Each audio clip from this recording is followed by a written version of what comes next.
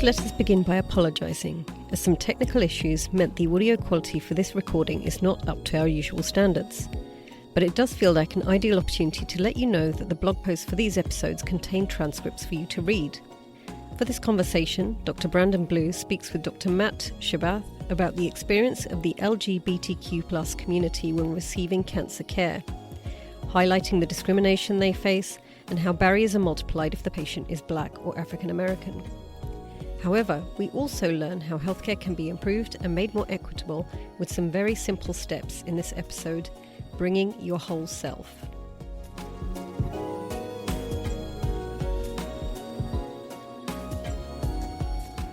Hello friends, it's a good time to be with you all again. I am Dr. Brandon Blue, an oncologist at Moffitt Cancer Center. I am also the host of this podcast called Cancer in Our Community, where we're having conversations about Black health equity. Now, we know that there's a host of reasons why Black and African American patients may experience diversity in receiving health care. But unfortunately, in some members of our community, this can be a lot more complicated. So today, let's discuss a very important topic about cancer care in sexual and gender minorities. I'm grateful to have Dr. Matt Schabath with us here today. Welcome to the podcast, Matt. How are you doing today? I'm great. Thanks for having me. Now, I know you're a popular guy, but we want to make sure that our listeners know exactly who you are. So we want to start off by just giving a little bit of background. So Matt went to the University of Texas School of Public Health, where he first got his master's, followed by a PhD in epidemiology. He did a fellowship in cancer epidemiology and prevention at the University of Texas MD Anderson Cancer Center. Here at Moffitt, he's a senior member with a joint appointment in the Department of Cancer Epidemiology and Thoracic Oncology. A lot of stuff. It's a mouthful, right? That just means you're a very important person.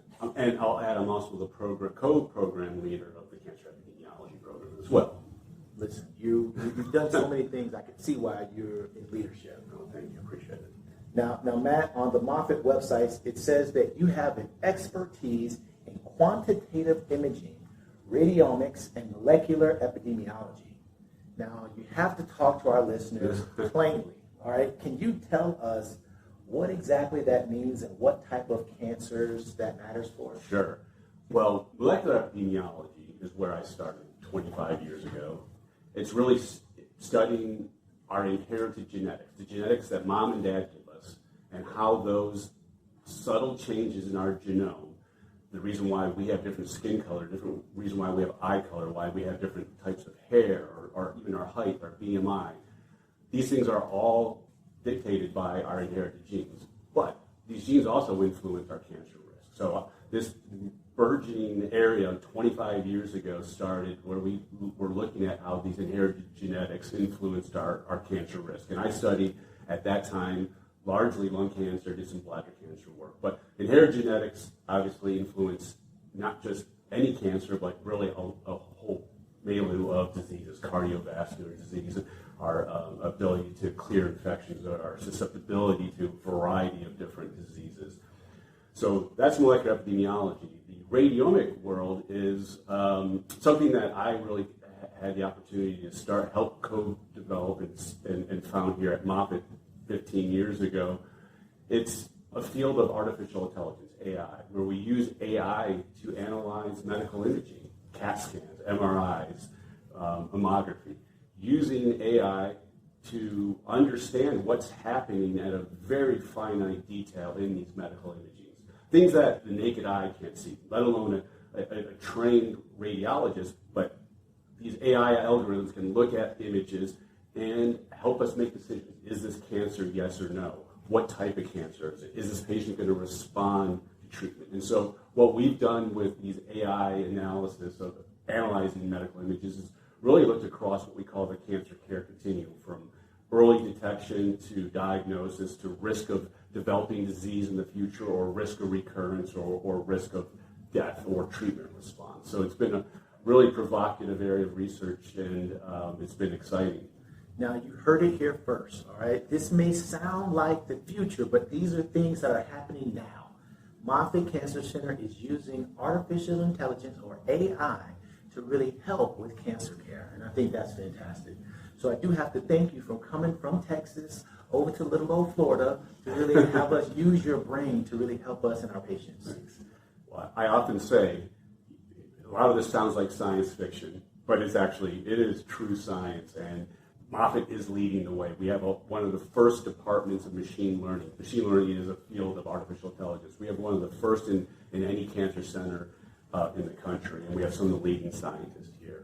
Yeah, and even with your work in the epidemiology space, I think the question that a lot of people have, either when they have cancer or when they have a family member with cancer, is this nature versus nurture, right? Like, is this something that has been passed down to me from my mom or my dad or my brother or my sister? Or is it a product of my environment? Like, have I been around people who smoked? Or is it because I smoked myself? Or some people say, I never smoked. Why is this happening to me? So I think that, it's important for us to try to answer all of those questions, right? Because, some things you can't change. You can't change who your parents are. But sometimes we know there could be what we call modifiable risk factors and things that are in your environment, or maybe even things that you eat that potentially could really change the landscape of not only if you get diagnosed with cancer, but what stage you get diagnosed, how you respond to treatment, what side effects you have. The list goes on, right. So I think your work is so invaluable, and I think it's something that a lot of people may not know. This is some of the behind-the-scenes work of really how, when the doctor stands in front of you and talks to you about this is your cancer and what's going to happen, they have some of your research to really base their information off of. So right. I appreciate you for that work. Thank you, I appreciate it. And I think, putting that patient-physician spin on is important, because a lot of times patients come in, they may feel guilty because of perhaps they were smoking or doing other things. And there's these conversations that they're going to have with their healthcare team. And it's not to guilt you. It's really to find out who you are. It's about holistic care. And it's about, do we need to come up with game plans to get you to quit smoking or lose weight or get into exercise? So this is not guilt shaming. It's important. And we have decades and decades of research showing what risk factors, the nature versus nurture, what risk factors may relate to disease, and how they may, once you have an illness, a cancer diagnosis, something, how modifying these can actually improve your outcomes and improve your response to treatment. Like I said, what you do is so invaluable, so please keep doing it. Thank you. But I do want to just focus a little bit, because again, a lot of our listeners, we do have a focus on diversity and inclusion and making sure that people from all walks of life have access to these kind of things. And I want to just talk about some of the work and disparities that you are familiar with the LGBTQ plus community, the SGM community. I just want to talk about how those communities are important, maybe even start off by saying what some of those letters are, sure. And just explaining to people why on a platform that's talking about cancer that we're even bringing up that community. Yeah, sure. So the LGBTQ, lesbian, gay, bisexual, transgender, the Q can be actually queer or questioning. And then we add a plus because there's a lot of different constructs for what we call sexual orientation and or gender identity. And so you also mentioned the term SGM, sexual gender minorities. That's really a research or clinical term. It's really something that the National Institutes of Health branded to really quantify or capture that this is a disparate population, that this is a minoritized population, much like racial and ethnic minorities or people who live in rural settings or people with low ESES. It was really an important step in really identifying this population, or really it's a lot of populations as a disparate. Right now in the United States, our best data suggests that at least 7.5% of the U.S. population adults identify as LGBT or something other than heterosexual. And we've seen a really dramatic rise in disclosure. It's not that there are more LGBT individuals, it's just that our society is finally becoming more welcoming, more accepting, and these populations are more willing to disclose their sexual orientation or gender identity. So we don't really know what the true ceiling is. My guess it's probably higher, but we all know somebody who is part of the community, whether it's a friend, a family member, we may be married to them, they could be a co-worker. And this has been a population historically has been marginalized, discriminated against, continues to be much like other minoritized populations. But this has been a very largely ignored population from health disparities and equity research. and into really the last decade. And Moffitt, I'm proud to say, is one of the leading institutions, one of the leading cancer centers in the United States to really plant a flag and say we are going to conduct research, create warm and welcoming environments, identify our patients. We're the first cancer center in the world to collect sexual orientation and gender identity as a standard of care demographic. And I use the word demographic. Our date of birth, where we live, our race, ethnicity, et cetera, et cetera. Those are all demographics. So is our sexual orientation and gender identity. And it's not that we're trying to get nosy. It's about knowing our patient. I used that word holistic before. It's about knowing everything about our patients so we can provide affirming care and sensitive care. So we can ask the right questions and get hopefully the correct answers and provide affirming care for our population. You know, you bring up an interesting point because the world hasn't always been this way, yeah. right?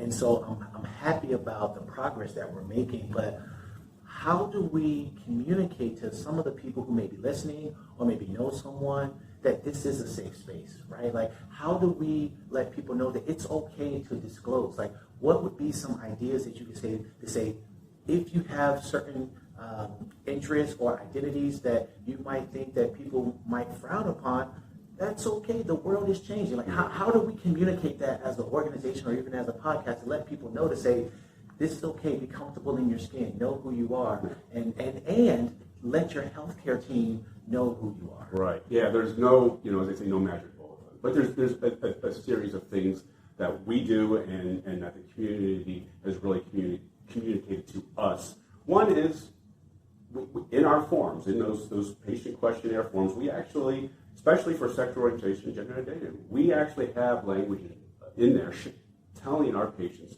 why we are collecting this, that this is important to provide affirming care to you.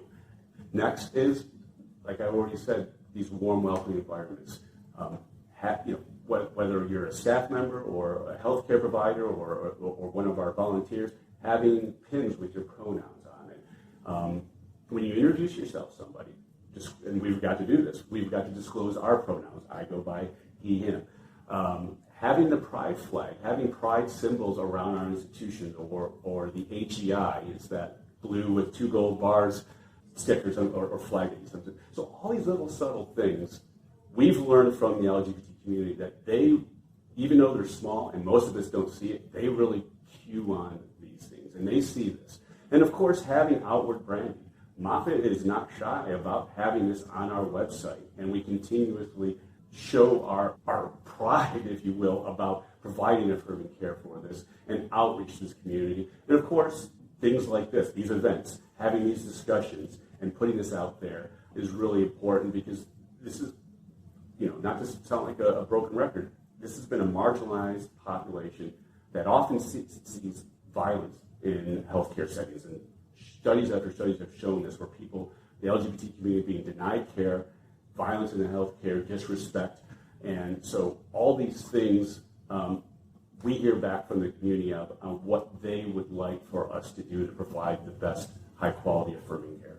Yeah, and I have to say that as a cancer doctor myself, I can not know you enough as a patient, meaning that you can never tell me too much, right? And so knowing some of these things are so important, because what we pride ourselves on doing, especially here at Moffitt, is not doing what we call a cookie cutter approach, right? Like, when I am formulating a diagnosis, when I'm formulating a treatment plan, I'm not doing the same for person A that I'm doing for person B. It's like, hey, what is going to work best for you as an individual, right? And I think the only way we can really do that is if we dive deep and actually know who you are. Yeah, well, that's precision care, right? That's personalized medicine. We often think as personalized care or precision care is what's happening to that tumor, what mutations are there, or what proteins are overexpressed or underexpressed. That's one aspect of it. And I love how you said it. There's not enough I can know about you. I want to know as much as possible. And that's really that is precision or personalized care. It's not just what's happening inside that cancer, but it's also the person as a whole. And the fact that you started off with that sentence, it warms my heart, because I think more and more of our colleagues that are patient forward really need to embrace that. And Moffitt, I'm not concerned about Moffitt with that, but I think the healthcare community at the large really needs to embrace that you have to know as much about your patient as possible to provide high quality and affirming care. Yeah, well, I do want to think that we are one of the leaders in that, and so I do want to just let people know that this is a safe space. Moffitt really cares about you as an individual. As we mentioned, we're not trying to be nosy. We just want to make sure that we help you as a person and not just look at you as a patient. Okay. The one thing that I do want to just kind of bring up, because I'm a little bit curious, and maybe some of the listeners might be a little bit curious as well. How did you intertwine your love for artificial intelligence, healthcare, into like now you're doing epidemiology and talking about diverse populations? Like, how did you marry the two of those things together to now do what you do? Yeah. You know, the thing that I love about myself as an epidemiologist, or more broadly a population scientist, is I can do basically anything if it's related to cancer. And I'm somebody who loves to take on new challenges. So sort of the long story short, like I said, I started with molecular epidemiology at the very beginning of the field. Literally, this field started about 30 years ago. I got into it at about 25. And so as I went through my master's degree, PhD, postdoc, the field exploded. And I was like, I'm looking for a new challenge because everybody's already doing this. I've done it for 10 years. I want to find something new. So when I came to Moffitt, it was really a reboot of my career. And as I said, as a population scientist, it gives you the opportunity to do anything under the sun that's cancer-related. And the seeds for health disparities research and equitable care really started when I was a graduate student, because I was trained in Texas, where you have large Hispanic, Latino, Mexican-American populations.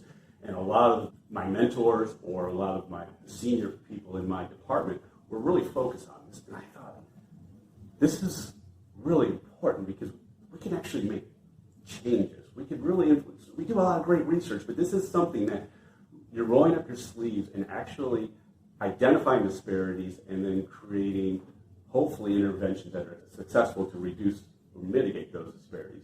So it's always been on the forefront of my mind. And when I came to Moffitt, this opportunity just really fell in front of me with another colleague of mine, Dr. Gwen Quinn now, who's at NYU. We really helped co-lead these efforts here at Moffitt. We looked at this opportunity. We really saw the landscape, what was happening societally. We saw, marriage equality finally came to the forefront. And we started doing some formative research. We didn't know who our SGN populations here were at Moffitt. So we really started with you folks, the clinicians. What do you know about the LGBT population and their cancer? So we really started identifying there were some barriers. There were some things that needed to be addressed from the provider care, but about providing what we call cultural humility or cultural sensitivity training. And then we just started partnering with folks here in the Bay Area, and we started reaching out to the LGBT population here in our area, finding out their concerns. What do they face? And it just became a snowball. And it's been just a remarkable journey that, mushrooms grow out of fertile ground. That's what this was. This was a mushroom where we saw something, reacted on it, and it was a great success story so far. Yeah, and the things that you're doing are really changing lives, right? So I just want people to know that it starts as an idea, it starts as an interest, but the interest in things that you have, if funneled in the right area, can really change people's lives for the better. And so I do know that you're making an impact. Appreciate it. I think, and I'll say one more thing. When I started in this field, we just started really collecting detailed race and ethnicity on cancer patients. And certainly the way we collect it is not perfect, and we recognize that. And so over 30 years of really being able to identify racial groups and ethnic groups, we've been identifying disparities and actually making inroads to it. It took 30 years to do this. We still have a long ways to go. And finally, we're at a place where we can start doing this for other minorities populations, such as sexual gender minorities. So, I'm hoping that the work that many cancer centers now are doing, similar to ours, following our lead, is that some of the success stories that we're seeing with racial and ethnic minorities or rural populations, other groups, that will start moving the bar as well. And there's no reason why we won't see some of the same success stories that we saw with other populations. Yeah, that's the unfortunate thing about healthcare is that there are differences that may be based off your race, ethnicity. There are differences in outcomes based off of how old you are. Yeah. There are differences that are based off of where you live. There are differences based off of when did you graduate school and how much schooling you got, how much money you have in your pocket. There's just so many differences that are out there based off of more than just the diagnosis and the stage of their cancer. And I know that you are one of the leaders in the LGBTQ plus research group, right? And just want to talk about what that group is and how that group has really kind of led to reading to some of the inroads and stuff that you guys have been able to do. Sure. When we started this 12, 15 years ago, I guess now, it was a bunch of siloed institutions, siloed researchers. And when we started really peeling back the onion, started looking at the literature, what was going out there, we started seeing that these are a lot of the same people asking some of the same questions, but we're all doing it in these really siloed little ways. So the short answer is we are now a singular entity. We have researchers not across the country, across the world. As big as this planet is, we really do work together because we know the only way you're going to move the bar is to do collaborative research. So, we're working with folks from NYU, MD Anderson, Sloan Kettering, from the University of California, all the different centers, folks from New Zealand and Australia. And it's coming to a concerted effort where we know that one single entity cannot do this, but by bringing in resources and identifying all the disparities that we're finding that may be, like you said, where you live, maybe geographical, maybe intersectional, the combination of race, ethnicity, plus sexual orientation and or gender identity. And so it's the power of numbers. And so this group has grown worldwide. Here at Cancer Center, we've got between my colleagues in cancer epidemiology, colleagues in health outcomes behavior, but also colleagues over in the clinical departments who are focused on this research, bringing all these great ideals. And I'll close with, at least on this question, is we need your ideals. Meaning, I'm pointing at you, Dr. Blue. We need what you see in the clinic. What do you see that we can help try to address? And the best research is when you do have the clinicians and the researchers at the same table, because you're going to really bring your experience of the patient facing, and then we can bring in our teams of researchers to hopefully address the things that you are seeing in real time. Well, I'll tell you, one of the things that I see, and hopefully you can speak on this, is, and I don't know how you deal with this as a scientist, because when I think about science, I think about my old, high school or elementary school, science project where, you put the vinegar and the baking soda and you made the volcano explode. It's a very simple thing. But people, because you call yourself a population scientist, because you're dealing with people, right? And people are much more complicated than that. So I was hoping that you could potentially speak to what happens if someone finds themselves in multiple marginalized groups. So what happens if the person is, Black or Latino or Hispanic? What if the person is also LGBTQ+, and they also are in that same community, or they may just be from the rural parts of Florida who may not have access to the inner city? What happens when someone checks every single marginalized box? How do you make sure that we identify and actually can come up with information for that person? Yeah, that's a great question. So that's called intersectionality. It's the combination of two or more minoritized underserved populations. And it's math, right? If you're a Black gay man, you've got your disparities is almost certainly even greater than if you were a Black man who's heterosexual or a gay man who's white. You combine those two sort of minoritized, these disparities are even larger. And so this goes back to what we were just talking about. This is power in numbers. So you need large populations to be able to understand the true magnitude of the disparities, and then come up with really tailored interventions. Much like you said about you treat each patient differently, we're going to have to come up with unique interventions based on all these potential intersectional identities. And unequivocally, when we start digging into any sort of data analysis, the first thing we are looking at is intersectionality, because it would be no different than you strictly treating a patient just based on their tumor.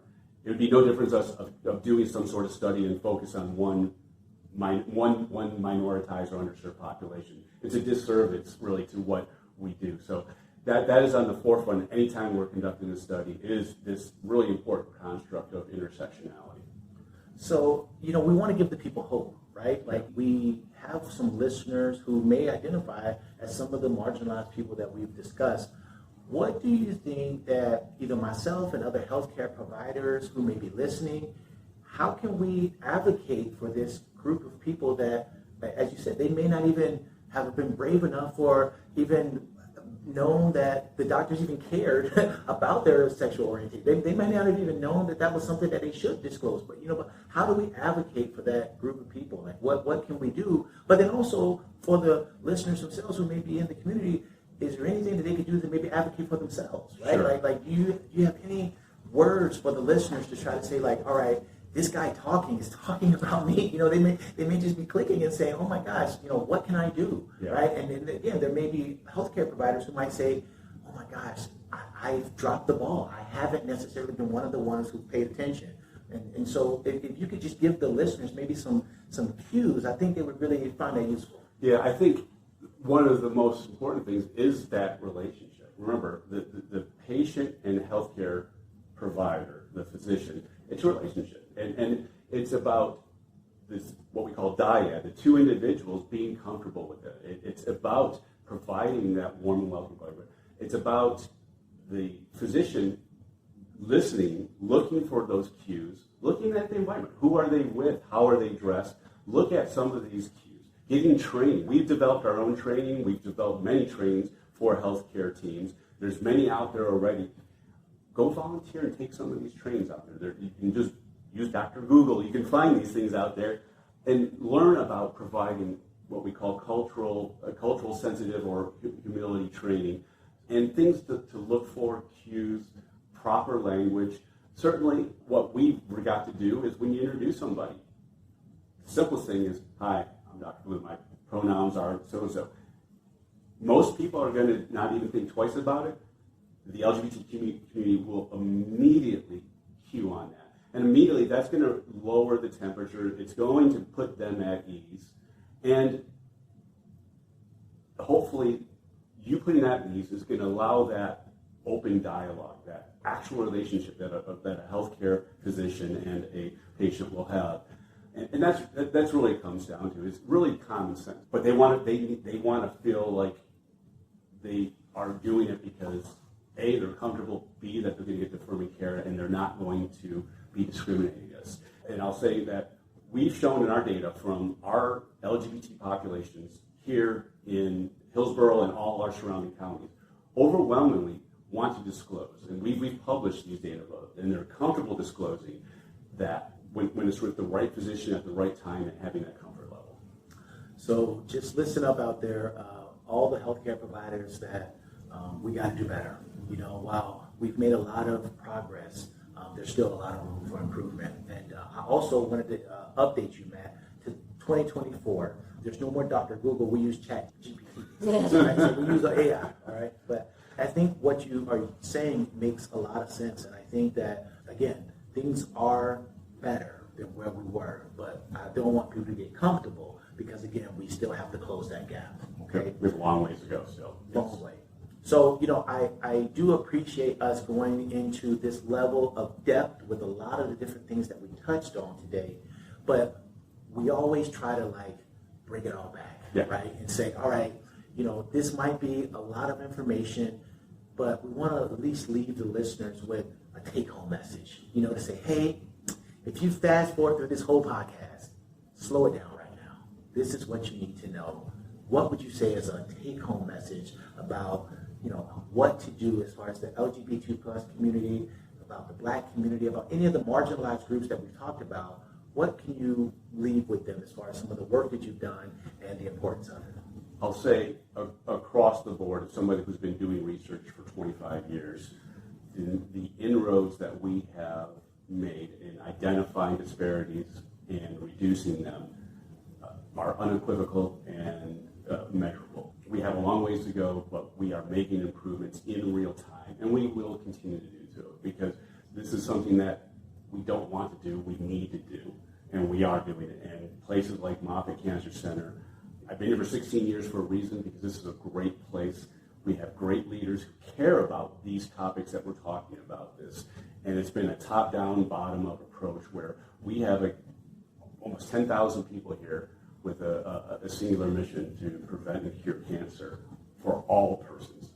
Yeah, you know, I echo that, and just let people know that this is something that I think that wasn't on people's minds 20, 30 years ago, but this is something that will only be getting better and better as the future goes on. And so we want to make sure that people are a part of it, that we're a part of it as a healthcare community, and that we're letting people know the intersectionality, as we mentioned, between healthcare and your sexual orientation. You know, there is a link there. So we want to just let people know that those things are important.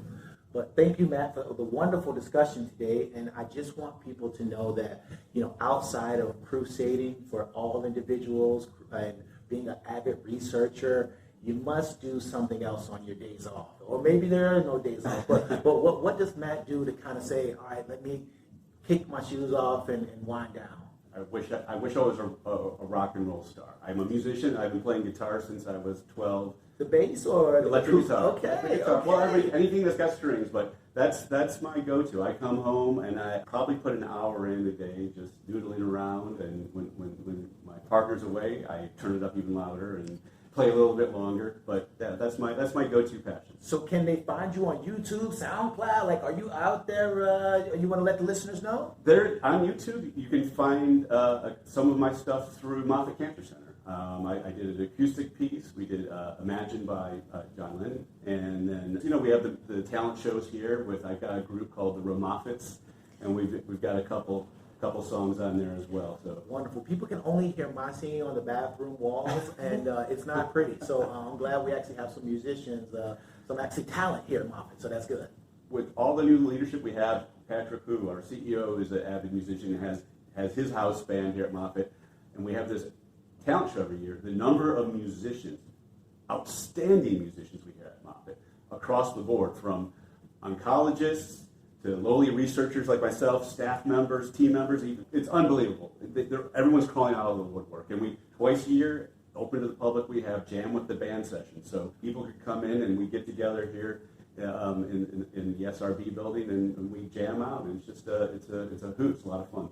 So you heard it here, folks, that your doctor, your researcher have potentially turned down a job as a Hall of Fame musician to help take care of your cancer. So that is something that is unique, and that is something that we pride ourselves on here at Moffitt. So thank you, Matt. And I just want to let you know we appreciate your time here. And for our listeners, we do want to share some of the links to his work, and we want to show that what we're talking about here is really affecting the community, not only just the LGBT plus community, but also the Black community, which is really one of the focus of this podcast. You can look in our show notes. As always, there will be a way that you can contact the COEE if you have any questions about what's come up on today's episode. And I just want folks to know that this has been Dr. Brandon Blue and our podcast, Cancer in Our Community. Thank you.